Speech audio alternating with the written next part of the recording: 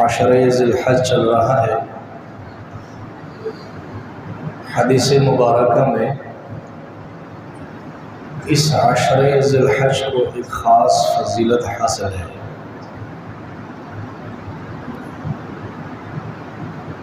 قرآن کریم میں اللہ تبارک و تعالی نے اس عشرہ کے قسمیں اٹھائی ہے۔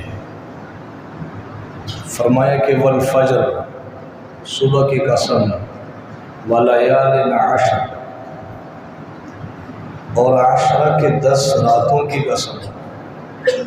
تمام مفسرین کے اس بات پر اتفاق ہے کہ عشرہ کی 10 راتوں سے مراد عشرہ ذی الحج ہے۔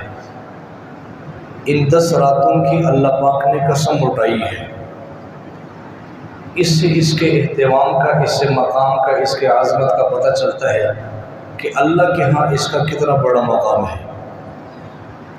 اور جناب نبی کریم صلی اللہ علیہ وسلم نے ارشاد فرمایا کہ عشرہ ذی الحج کا دین کو روزہ رکھنا 1 سال روزے رکھنے کے بقدر ہے، اور رات کو عبادت کرنا لیلۃ القدر کے اندر عبادت کرنے کے برابر ہے۔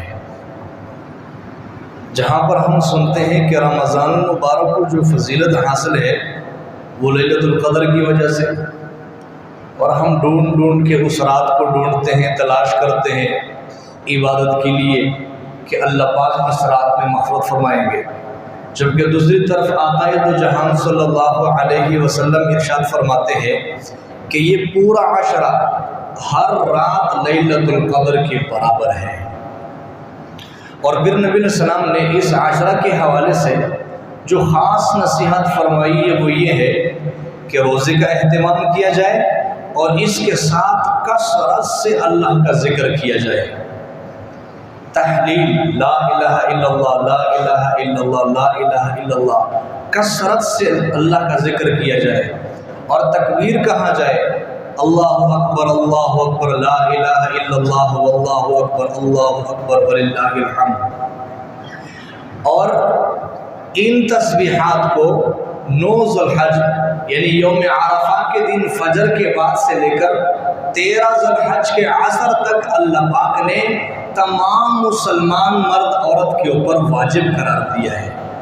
مردوں کے لیے حکم یہ ہے کہ ہر فرض نماز کے بعد 1 دفعہ بلند آواز سے پڑھنا واجب ہے، اور عورتوں کے لیے بھی یہی حکم ہے کہ اپنے گھروں میں جب بھی فرض نماز سے فارغ ہو تو 1 دفعہ پست آواز سے پڑھنا ان کے لیے بھی واجب ہے۔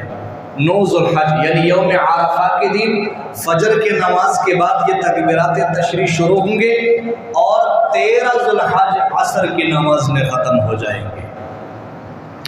اس کے ساتھ ساتھ قربانی کے حوالے سے کچھ مسائل سمجھ لیجئے۔ پہلی بات یہ سمجھ لیجئے کہ قربانی کس آدمی کے اوپر واجب ہے۔ اس بات کو یاد رکھے بھائی، قربانی کے لیے مسلمان کا ہونا ضروری ہے، کسی کافر کے اوپر قربانی نہیں ہے۔ عاقل کا ہونا ضروری ہے، کسی مجنون دیوانے کے اوپر قربانی نہیں ہے۔ ایک آدمی پاگل ہے، دیوانہ ہے، اگرچہ اس کی ملکیت میں بہت سارے پیسے ہو، ایسے آدمی کے طرف شریعت کے احکامات متوجہ نہیں ہوتے۔ عاقل ہونا ضروری ہے، اور اس کے ساتھ ساتھ بالغ ہونا ضروری ہے۔ چھوٹے بچے کے اوپر قربانی واجب نہیں ہوتی، اور مقیم ہونا ضروری ہے۔ ایک آدمی صاحب نصاب ہے، اس کی ملکیت میں بہت سارے پیسے ہیں، عملدار آدمی ہے، لیکن وہ بحالت سفر ہے، مقیم ہونا ضروری ہے۔ ایک آدمی اگر مسافر ہے تو مسافر کے اوپر قربانی واجب نہیں ہے۔ اور 5ویں شرط یہ ہے کہ صاحب نصاب کا ہونا ضروری ہے۔ اب یہ صاحب نصاب کیا چیز ہے، اس چیز کو سمجھ لیجئے۔ پہلی چیز یہ ہے کہ اس کی ملکیت میں سونا ہو، دوسری چیز یہ ہے کہ اس کی ملکیت میں چاندی ہو، تیسری چیز یہ ہے کہ اس کی ملکیت میں نقد پیسے ہو، چوتھی چیز یہ ہے کہ اس کے پاس مال تجارت ہو، 5ویں چیز یہ ہے کہ اس کے پاس ضرورت سے زائد سامان گھر میں پڑا ہوا۔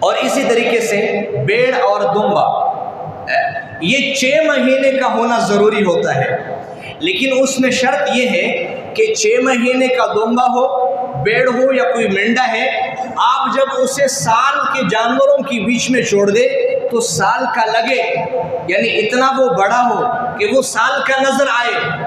اگر وہ سال کا نظر نہیں آ رہا ہے، چھوٹا نظر آ رہا ہے، اگرچہ وہ 6 مہینے پورے ہیں، تب بھی اس کی قربانی جائز نہیں ہوگی۔ اب 3 عیوب کے ساتھ جانوروں کی قربانی صحیح نہیں ہوتی۔ نبی علیہ السلام نے حدیث پاک کے اندر 4 نشانیاں بتلائی۔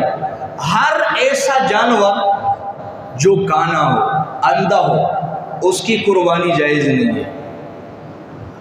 ہر وہ جانور جس کی بیماری واضح ہو، واضح طور پر نظر آ رہا ہے کہ یہ جانور تو بیمار ہے بھائی، ایسے جانور کی قربانی جائز نہیں ہے۔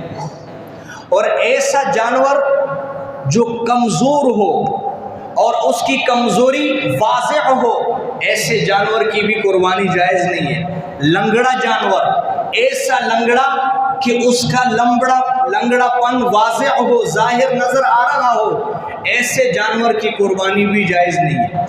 اگر کوئی ایسا جانور ہے کہ اس کا ٹانگ ٹوٹ گیا ہے لیکن بعد میں ٹانگ ٹھیک ہو گیا ہے، اب وہ اس پوزیشن میں ہے کہ جب وہ چلتا ہے تو چاروں ٹانگوں کے سہارے چلتا ہے، لنگڑا پن اس کا ظاہر نہیں ہے، واضح نظر نہیں آ رہا ہے، تو ایسے جانور کی قربانی جائز ہے۔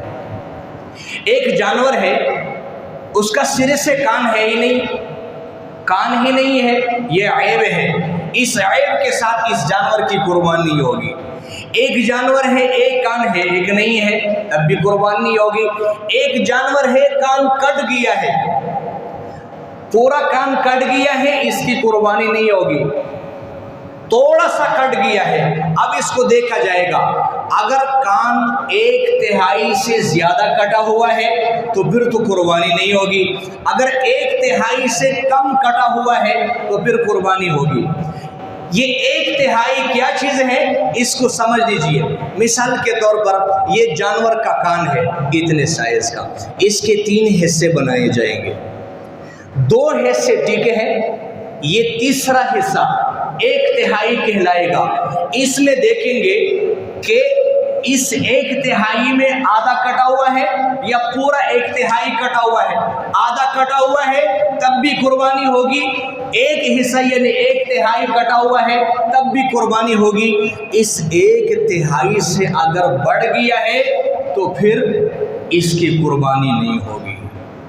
اسی طریقے سے بعض ایسے جانور ہیں جن کے 4 تن ہیں، ان 4 تنوں میں سے اگر 2 خراب ہیں، 2 کٹ گئے ہیں تو قربانی نہیں ہوگی۔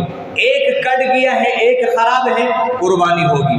جن جانوروں کے 2 تن ہیں، ایک خراب ہو گیا ہے تو قربانی نہیں ہوگی۔ اسی طریقے سے جو جانور گندگی کھاتا ہو، اکثر جانور ایسے ہوتے ہیں جو باہر پڑے جاتے ہیں، وہ گندگی کھاتے ہیں، گندگی کھاتے کھاتے اس کی جسم سے بدبو آنی شروع ہو گئی، فقہا نے ایسے جانور کے قربانی سے منع کر دیا ہے۔ ہاں، اگر ایسے جانور کو جو گندگی کھانے کا عادی ہو گھر میں لا کر کے باندھ دیا جائے، چند دن تک باندھ کے رکھا جائے اور حلال چارہ کھلایا جائے اور پھر اس کے بعد اس کی قربانی کرے، تب اس کی قربانی جائز ہوگی، وگرنہ دیگر صورت میں اس کی قربانی جائز نہیں ہوگی۔ اللہ تبارک و تعالی ہم سب کو مسئلہ سمجھنے کی توفیق